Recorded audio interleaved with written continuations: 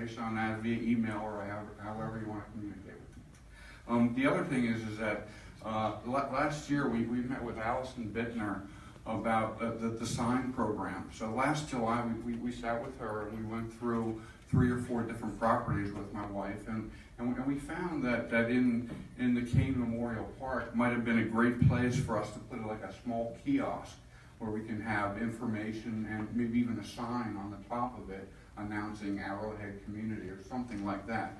So I just haven't heard anything since we spoke last, and I wanted to Right, see. yeah, no, yeah, just get in touch with me.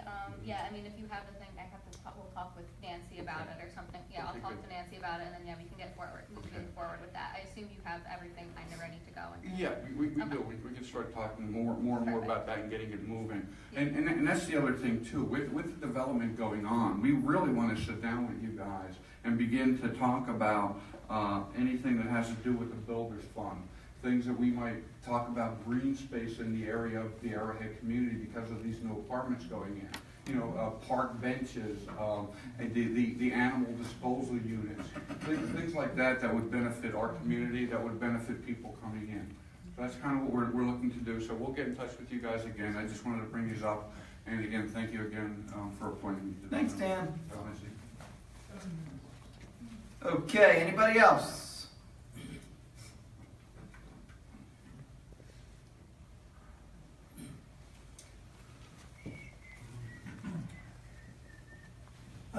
Ken Mills, I'd just like to apologize to Mr. Gillespie if I included him in something that he didn't do.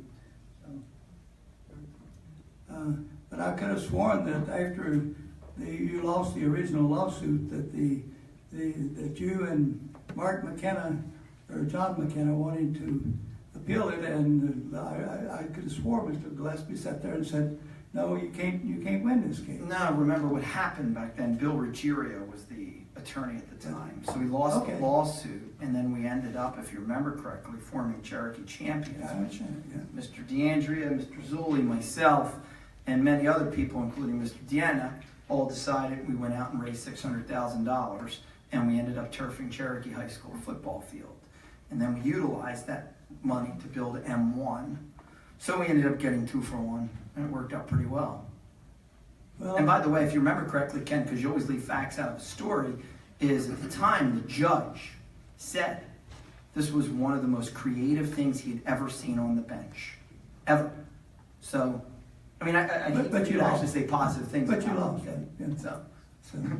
We didn't lose. We got 2 fields instead of 1. I see it as a win. Yeah. And the tens of thousands of young kids who have played on these fields since 2009 have benefited by it, which has been great. Well, I'm not against having good facilities for the kids. Yes, you are. You haven't been a proponent of fields since the day you sat in front of me 9 years ago, Ken. Mm-hmm. You haven't been a proponent of fields. You never have. Well, so don't say you have. I'm not a proponent of turf fields, that's for sure. I think they're dangerous. Okay. So, anyway, I just came out to apologize. And again, I'd like to ask you if you could just, in the future, if you could put your dolls here some other place. Because it kind of, I don't think it's appropriate. I really don't. And the other thing is, and Mary Lou has never mentioned this, but I did see her hauling them in and out, and I don't think you should make her do that. I think if you're going to put dolls up, you should put them up yourself. Thanks. Are you done? Yeah. Okay. Okay, anybody else have something to add to this meeting that is actually going to be fruitful to the township? Something. I'll try. Janice Snow, 304 Elm Terrace. I'm sure Mr. Chernecki is aware of the email I sent on a position that the town council would take on videoing town council meetings. I did email him earlier and responded to Councilman Deanna in regards to this issue. I'm getting 2 different stories, so I'm confused. I'm very concerned that this council stands up and says they're using Polly Paul Productions to videotape these meetings. Whether he's paid or not, you are endorsing Polly Paul by allowing him to upload his videos to the township webpage. That doesn't happen. No, it's not true. No, December 2016, I saw videos uploaded, nothing in January, that's correct. Nothing in January 2017. Anyway, let me finish. I was directed to a Vimeo page, correct me if I'm saying that wrong, I never heard of Vimeo, and a Facebook page run by Polly Paul Productions. I don't know if you've looked at them, but in case you didn't know, he uses these videos to ridicule and demean the taxpayers of Evesham on social media. I, for one, am intimidated to stand here and speak up tonight for fear tomorrow I will be plastered on social media and ridiculed. He edits parts of the videos to spread hate and further divide this town. Are you aware that this is happening? In fact, he posted last week's video, the one with the town council meeting at 4 or 4:30, and he posted it saying, "A reminder to Phil Warren, you and your hate group are not permitted to use this video." I am asking you to please take a stand, disassociate from Polly Paul Productions.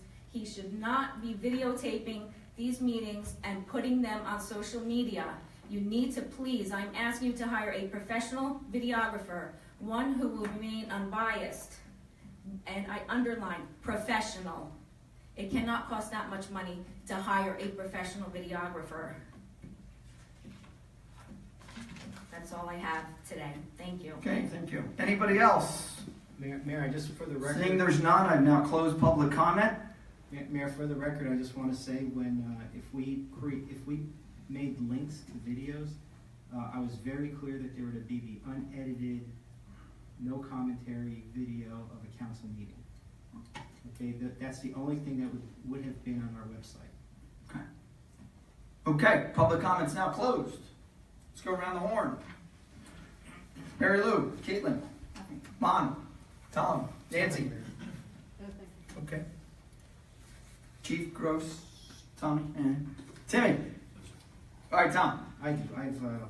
And this gets back to a comment about our legal bills. Comment made that we sued the Board of Education. And this was, I have it listed here, I'm intended to speak to council and the community about it. I noticed under the Board of Ed's reorganization that they put out an RFP for a broker, a real estate broker. I inquired as to what that was, and I believe that was to market the Evans School. Yes, the township did file legal action against the Board of Education because the Board of Education violated the the municipal land use law. They did not appear before the planning board to discuss their long-range facilities plan or their capital improvements. I was here last Thursday to discuss improvements to the Lipinski project because it's a capital improvement project. That is required. What do you mean here last Thursday at that planning board meeting? Planning board meeting. So I just would like to remind the Board of Education, get council's blessing to request either myself or the solicitor to remind them that if they think they're going to rent that building out without coming to the planning board to discuss zoning or any other land use matters in that neighborhood, without reference to the master plan, without due respect to the planning board, we're going to end up in court again, or at least that'll be my recommendation. And I have, we have nothing to be embarrassed about spending public resources to defend the rights of the municipal government. That's what we did, and we should always be, that's what we're sworn to do. So one, I want to remind the board, whatever their broker comes up with, make sure he follows the municipal land use law and the zoning code and checks with the planning board. And again, if they rent that building out for any other use, I just need to stress that codes change, and if they want to revert that back to a school someday, it's going to be problematic. It's going to be a challenge.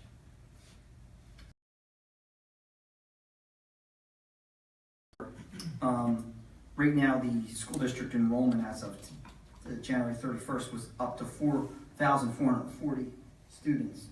That is on pace to eclipse last year's end of the year total. the Whitehall, as we know, Whitehall's demographics were off. So what they did is, if you remember correctly, it's right here, Whitehall's 2016, April 27th one. Whitehall is saying that there's going to be 4,275 students in the district in September. Well, we're on pace to get be between 4,480 and 4,500, which would make a difference of over 200 students that Whitehall will have had incorrectly, which planning board had shown this before. Whitehall's 2016 April, which we have here, their enrollment projection 18 months from now is 4,173, which means if we get to the 4,480 number, which will be very reachable, that will be over 300 students. 300 students. So Whitehall is saying, and this is the enrollment of which some of the board members have been using to make their decisions.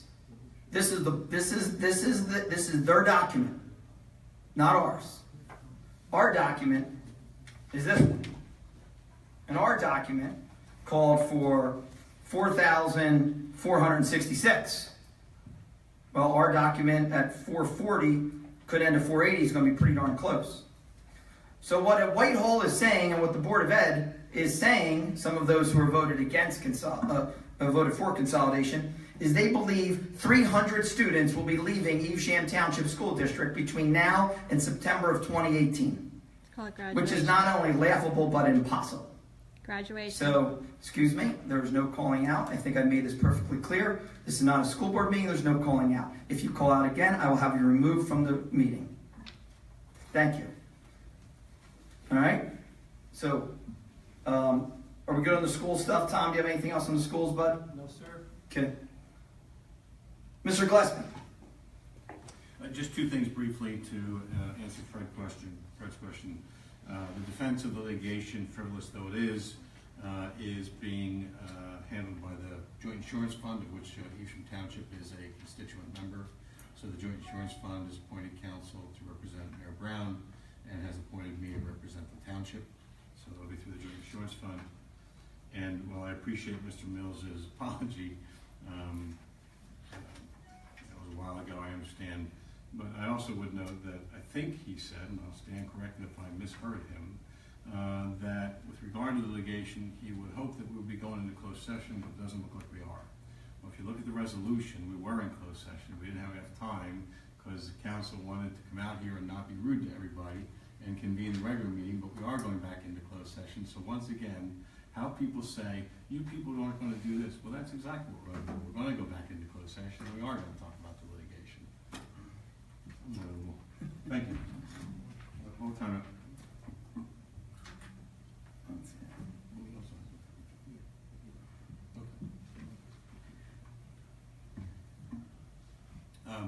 Tom pointed out to me that the defense of the mayor, and I think I had said this last week when, once again, criticism without any factual basis were being leveled. The mayor has his own attorney in the case, but the Joint Insurance Fund, after the plaintiff amended the complaint, went into federal court and brought up some other silly allegations, it actually kicked it into insurance coverage, and so the JIF is also providing an attorney for the mayor in addition to the attorney that the mayor has privately retained when it was only him as a defendant, and he knew that he was not going to be covered, and he went out and got his own attorney and made it clear it was not going to be at the expense of Evesham Township taxpayers. Is that clear? Thank you, John. I think you cleared it up well. Let's do the comments while we're here. Mr. Zulli. Councilman. Bob Digg. Oh, okay. It's still late. All right. Thank you. Something completely different. On 28th of January, many of us attended the police department awards dinner.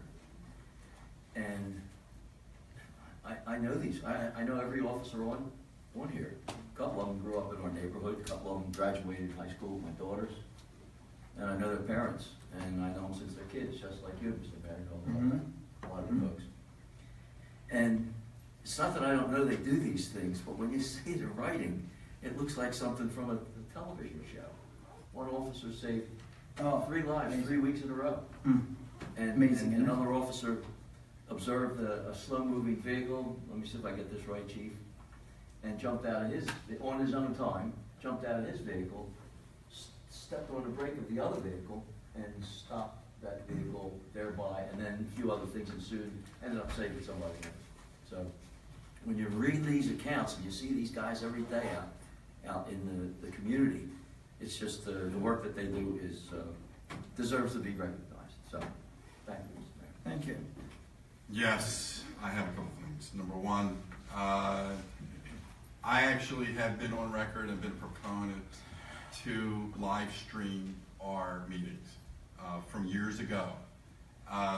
With Comcast and or Verizon and the renewal of the agreements, and actually, Tom, if you can give us an update, you and I have discussed that with the renewal with Comcast, I have asked for that kind of activity to see where we stand. Of course, I'm only one person on here, but I've always been a proponent to either live stream or videotape from the equipment that we could get through Comcast or Verizon. Yes, being a diligent employee, I did something I don't support. Yes, I know you don't support it, I do. I've always been that way. Right, and But just to be not clear, changing my tune at all. when Ms. Knowles, Yes. what she was referring to was an email to me asking for my support of a road improvement project and also my support and presentation to council of an independent videographer. And what I commented to her is, of course, whatever the majority council directs me to do, I will do. However, I personally, after 20 plus years of service, and no offense to Paul whatsoever, I find that cameras in the council room take away from serious business and public policy debate. I think there are a lot of people in our community who don't wish to be on social media, who don't wish to have film of them speaking, and I've just seen a diminishment of public involvement, and I've seen a pivot away from serious policy debate into entertainment, and I think that's a national trend as well. So that's my position if I'm asked. So that's why I said you will never see that coming out of me as a recommendation in my capital improvement program, but if that's what council desires, and of course they have different inputs and different perspectives, we will do a great job at it. Along those lines, we will have a hearing on renewing Comcast's franchise with us, and we'll have an opportunity to negotiate some things. Councilman DeAndrea, in his diligence as a council member, has been researching this a little bit and is aware that Comcast has donated equipment to some municipalities for that purpose, and he asked me to look into it, and I'm looking into it, and we'll have more to say on that down the road. Thank you. And we, actually, well before videotaping at these sessions, a couple of years before that, when it was just open dialogue, I had brought that up as well, and I continue to bring that up. Number two, at some point in time, when the time is right, maybe we could do an affordable housing 101. To give people understanding. There's a lot of conjecture, a lot of issues, a lot of questions, and it could be high level, but understand, give everybody a background on what affordable housing is, the Mount Laurel 2 decision. Again, we could be as high level as needed or go into the weeds. I just wanted to bring that up. 3, the golf course. We did a resolution on a change, and after discussion with yourself, the rationale for the change is to spread out the construction over a longer period of time so as to allow functions to still continue at the clubhouse, let's call it. Is that Yeah, would you like me to comment? just a little bit more, and then I got one last thing.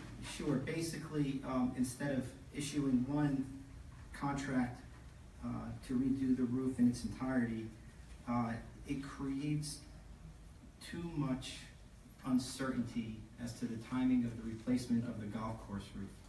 And as you know, that's a serious business over there. We have lots of events that are booked.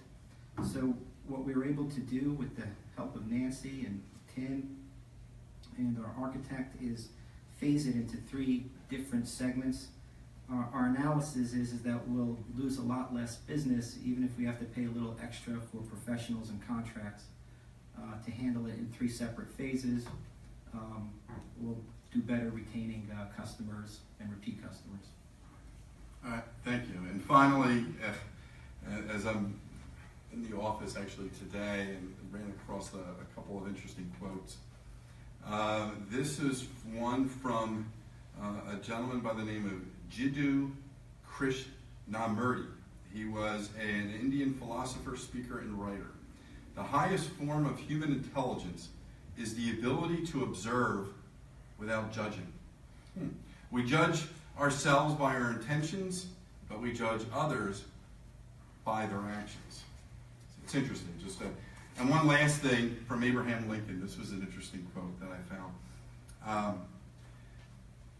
Lincoln has a quote. It says, "I don't like that man.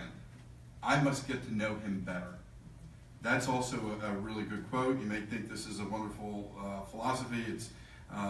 But is it really a big leap to hope for less conflict anywhere by saying, I need to get to know somebody that really doesn't like me, and maybe I can judge things better? Thank you. All right, on the heels of those wonderful quotes, unfortunately I'm going to change the tone. I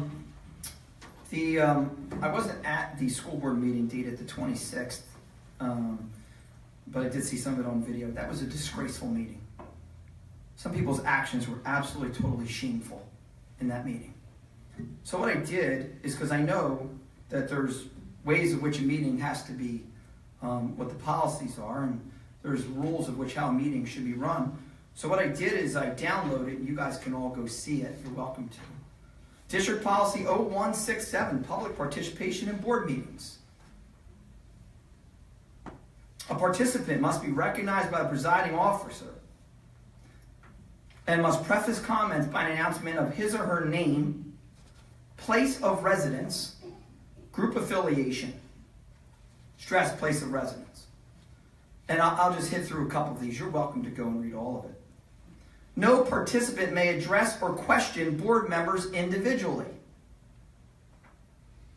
Presiding officer has the ability to interrupt, warn, or terminate a participant's statement when the statement is too lengthy, abusive, obscene, or irrelevant. Request any individual to leave the meeting when the person does not observe reasonable decorum. Request the assistance of law enforcement officers in the removal of a disorderly person when that person's conduct interferes with the orderly process of the meeting. Call for a recess or adjournment to another time when the lack of public decorum so interferes with the orderly conduct of the meeting as to warrant such actions. Maybe it's time for the community to reread the district policy on a school board meeting. And I just went through this last article. I thought I'd bring it up here. Title, Blogger Forced to Pay Substantial Sum to Melania Trump in a Defamation Suit. So we were talking earlier about the internet and what Tom's point of people a little nervous to put things out there on the internet. Google the story. Pretty interesting. All right, we need a motion to go back into executive session. So moved. Need a second? Second. All in favor? Aye. Is there going to be action afterwards?